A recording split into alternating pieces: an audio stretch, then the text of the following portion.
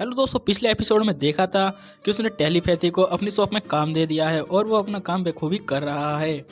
तभी भाई हम देखते हैं कि साकामोटो सर और टेलीपैथी आपस में बातचीत करने लगते हैं। तभी टेलीपैथी कहता है, साकामोटो सर, आपने उन बदमाशों को, गैंगस्टर को किस तरीके से मारा, बिना किसी हथियार के आपने उसको खत्म कर दिया और इतनी आपके पास ताकत है, बहुत ज्यादा, आप पहले जैसे ही हो। ये भाई उसकी बीवी सुन रही थी साकामोटो की। तभी वो कहती है, हनी क्या तुमने फिर से हिटमैन बनने का इरादा कर लिया है? भाई साकामोटो ये सुन के भाई साहब को, नहीं नहीं बेबी, मैंने ऐसा कुछ इरादा नहीं किया। तभी कहते, अगर तुमने इरादा किया है तो मैं तुम्हें डिवोर्स दे दूंगी।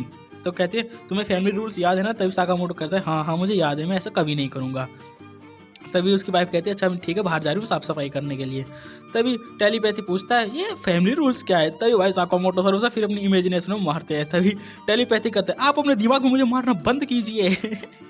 फिर भाई ये दोनों जाते हैं चाइना, वो चीन के एक मशहूर दुकान पे, और वहाँ पे भाई वो मीट बंद लेने जाते हैं, मतलब मीट बंद लेने जाते हैं अपनी लड़की के लिए, जिसका नाम ओई होता है। वो कहता है, मेरी बेटी को ये बहुत पसंद है, वो इन्हें खाकर बहुत खुश होती है। तो भाई टेलीपैथी सोचता है, अरे अपनी फैमिली के लिए इतना सोचते हैं साकामोटो सर।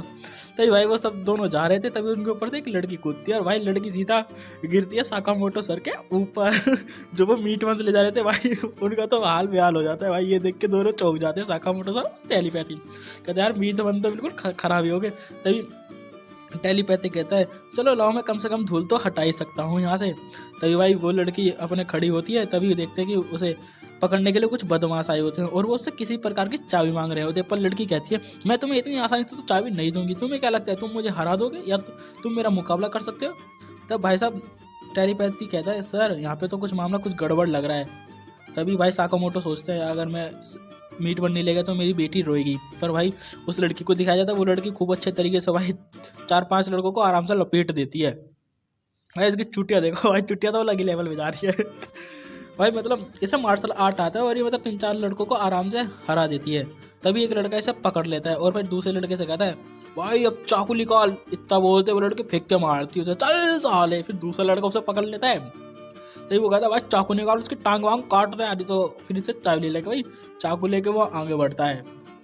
तो भाई साकामोटो सर भाई उसे रोक लेता है और चाकू की धच्चियाँ उड़ा देता है। ये देख के तो उसकी हाई फाई हो जाती है विलन की। तो ये भाई साहब एक पंच मारता है उसका, भाई वो दूर गिरता है जाके। और अपना टेलीपैथी उस गंजे के ऊपर एक बक्सा मारता है खींच के। तो ये भाई साहब दूसरा बंदूक लेके हमला करने होता है। तो भाई लड़के फुल स्पीड में जाकर उसकी बंदूक फेंक के मारती है, उसे लात घूसन मार के उसकी मुंह में से पानी वाटी निकाल कर फेंक के मारती है। भाई लड़की भी बड़ी सुंदर है भाई। इसका नाम बड़ा खतरनाक है, आगे बताऊंगा मैं इसका नाम। तो ये भाई साहब देखते तीनों स्टाइल में खड़े होते हैं भाई। तो यहाँ पे गैंगस्टर के लोग आ जाते हैं लड़की को मारने के लिए। भाई साकामोटो सा लड़की को उठाता है कंधे पर, वहां से भागने लग जाते हैं। भाई ये लोग गोली चलाते हैं भाई, पर ये तीनों की स्पीड इतनी तेज होती है कि भाई तो पालक झपकते हैं, वहां से गायब हो लेते, इतनी तेज भागते हैं। तभी वो कहते हैं, हो यार तो चकमा देंगे। तभी उनका लीडर पहुंचता है, तुमने फिर उस लड़की को बख्श दिया? तो कहता है, बॉस उन्होंने मुझे किसी प्रकार से चकमा दे दिया है, हम अगली बार से जरूर पकड़ लेंगे, मुझ पर एक बार विश्वास कीजिए।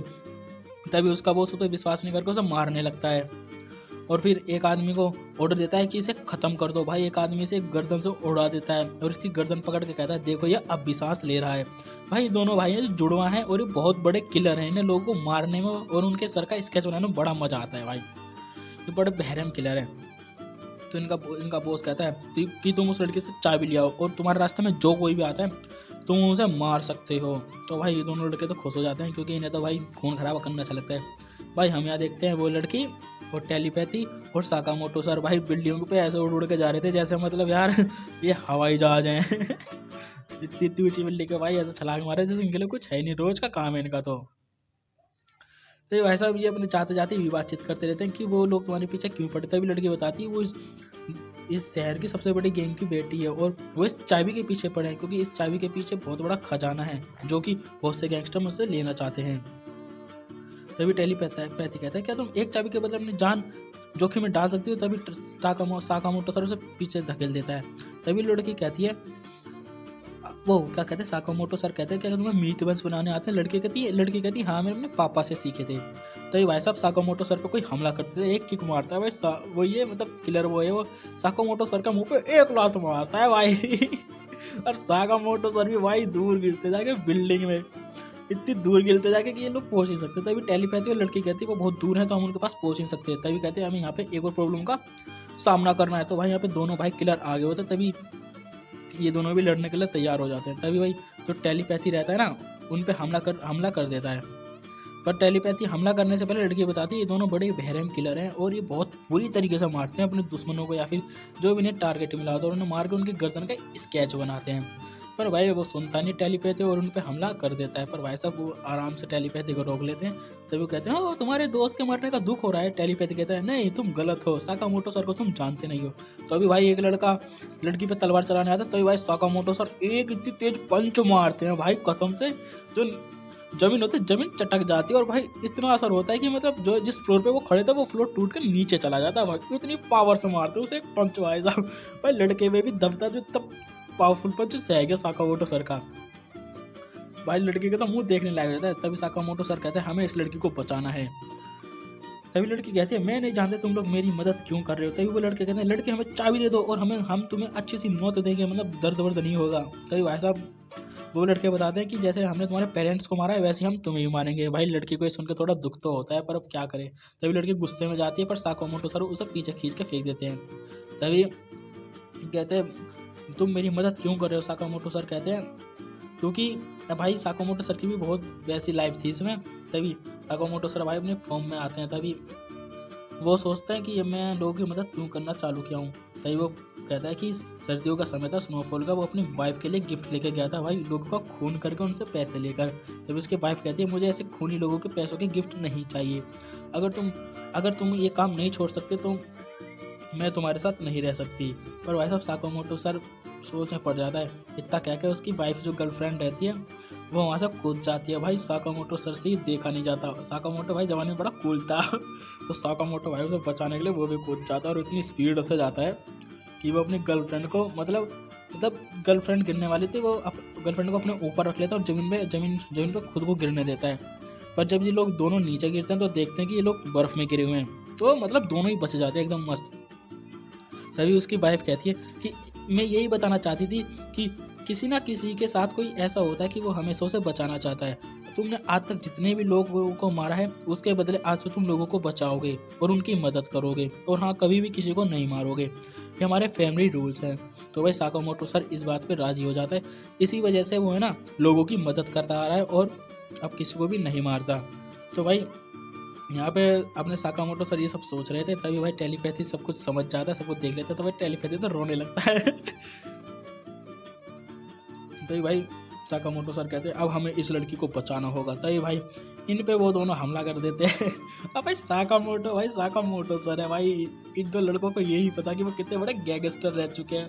भाई कसम से जो भी इनके आसपास का सामान होता है, चम्मच, हाथे, चमची और बाल्टी सब यूज करते हैं भाई साकामोटो सर, और भाई इतनी आसानी से उनके हमलों से बच जाते हैं जैसे कि भाई वो मक्खन की टिक्की हो भाई, समझ रहे हो। मतलब साकामोटो सर के खरोच भी नहीं आती। पर साकामोटो सर अभी तक इन पे हमला नहीं करते, बस डोज करते रहते हैं, मतलब बचते रहते हैं। तो भाई वो दोनों चौंक जाते कि मतलब ये बंदा कर क्या रहा है, हमने इस पे इतने हमले किए पर इस पे कुछ असर ही नहीं हुआ। फिर वो कहता है ब्रो, मतलब ये दोनों भाई कहते हैं चलो हम इस पर अपनी टेक्निक यूज़ करते हैं, पहले टेक्निक। तो भाई दोनों मिलकर उस पर बहुत घातक हमला करते हैं बहुत स्पीड में।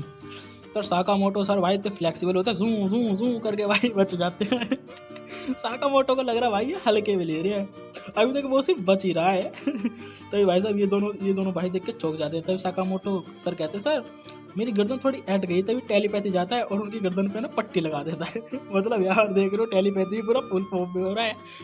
तभी इन दोनों लड़कों के होश उड़ जाते हैं। तभी वो दोबारा कहते हैं भाई अब हम दूसरी टेक्निक यूज़ करते हैं इस मोटे को मारने के लिए। तभी भाई साहब वो एक बड़ी सी बाल्टी उठा के उसका मुंह पे मारता है और दूसरे के हाथ में एक हथा मारता है जिससे उसके औजार जो रहता है टूट जाता है।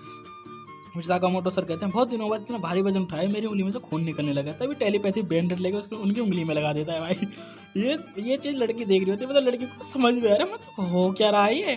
तभी भाई साहब एक लड़की को मारने के लिए जाता है, तभी टेलीपैथी उसे पकड़ कर फेंक के मारता है और भाई साहब उसके ऊपर हमारा साकामोटो सर पता नहीं फ्रीज रहता है, एक मारता है फ्रीज उसका मुंह पर धूम भाई साकामोटो सर का स्वैग देख रहे हो भाई। मतलब लड़की कहती है तुम लोग कौन हो, पर मैं तुम्हें नहीं समझ पा रही हूँ, तुम लोग मेरी मदद क्यों कर रहे हो।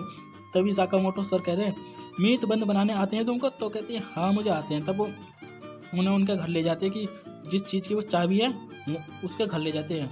तभी वो दोनों ना उन क्रिमिनल्स को मतलब किलर को उसके पोस्ट के सामने रख देते हैं। तभी लड़की है ना उसके ऊपर चाकू रख के कहते हैं कि तुमने मेरे माँ बाप को मरवाया है, अब तुम नरक में जाके मरना। तभी भाई वो जो बॉस रहता है वो लड़के से माफ़ी मांगने लगता है, पर भाई लड़की भी फुल उसमें रहती है, जो उसमें कि इसे तो मार ही दूंगी।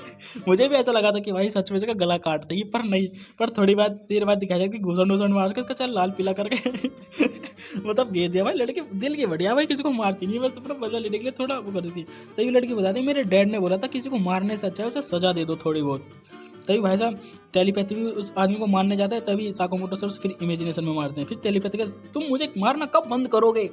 तो भाई साहब वो लड़की ना उस गेट को खोलती है। तब यहाँ पे हमें बताया जाता है कि उस लड़की का नाम ल्यू सोंग टोंग है। तो भाई आज से हम इस लड़की को टांग बताएंगे, टांग, ठीक है। इस लड़की का नाम टांग है। तो भाई ये तीनों लोग कमरा खुल जाता है, तो कमरे में भाई खूब सोना वोना रहता है। तो भाई तीनों लोग घुसते हैं, भाई देखते हैं मतलब कवच ले, नोवेल्स ले, बुक्स ले, सोने के कोइंस ले, बहुत सारा खजाना रहता है एक तरह से। तो ये भाई टेलीपैथी एक बुक उठाता है और पढ़ने लगता है, जो उसके पापा ने लिखती है। भाई यहाँ पे हमारा साकामोटो तो भाई अपने स्वैग होता है, भाई ले भाई हार गुट्टी वुट्टी पैथ पात के अपने आराम से। और भाई फिर लड़की भी, वो जो हमारी टोंग रहती है, वो भी अपने पिता की बुक पढ़ने लगती है। उसकी बुक में लिखा था कि ये शहर की सबसे अच्छी वो है, मतलब क्वालिटी वाइन है, दारू है। तो लड़की कहती है मैं तुम लोगों का शुक्रिया करने के लिए एक एक कप शेयर करूंगी। तभी भाई साहब भी वहीं अपना खाना पीना खोल के बैठ जाते हैं। तभी वो बंद मिर्च और दारू लेके बैठ जाते हैं। तभी भाई लड़की बंद मिर्च खाती है और कहती है हाँ इनका स्वाद इतना ही बुरा नहीं है। फिर हमें अगले दिन वहीं का सीन दिखाया जाता है शॉप का। तभी साकामोटो सर कहते हैं ज़्यादा शोर मत करो, मेरे सिर में दर्द होता है। तभी टेलीपैथी उसे एक जूस देता है साकामोटो सर का। तभी भाई टोंग भी यहाँ आ जाती है और कहती है मेरे पास कोई काम नहीं था, तो इसलिए साकामोटो सर ने मुझे अपनी शॉप में काम दे दिया है।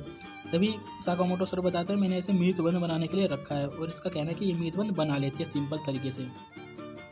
तभी जो क्या कहते हैं साकामोटो सर कहता है अगर तुम हमारी फैमिली बनना चाहते हो तो तुम्हें पहला रूल है कि तुम्हें किसी को भी मारना नहीं है। अगर तुमने किसी को मारा मैं तुम्हें मार दूंगा। तभी वो कहते हैं ये तो रूल के खिलाफ है। तभी साकामोटो सर मुंह फेर लेता है। और भाई हम यहाँ देखते हैं कि साकामोटो सर की कोई सुपारी दे रहा होता है 1 मिलियन येन।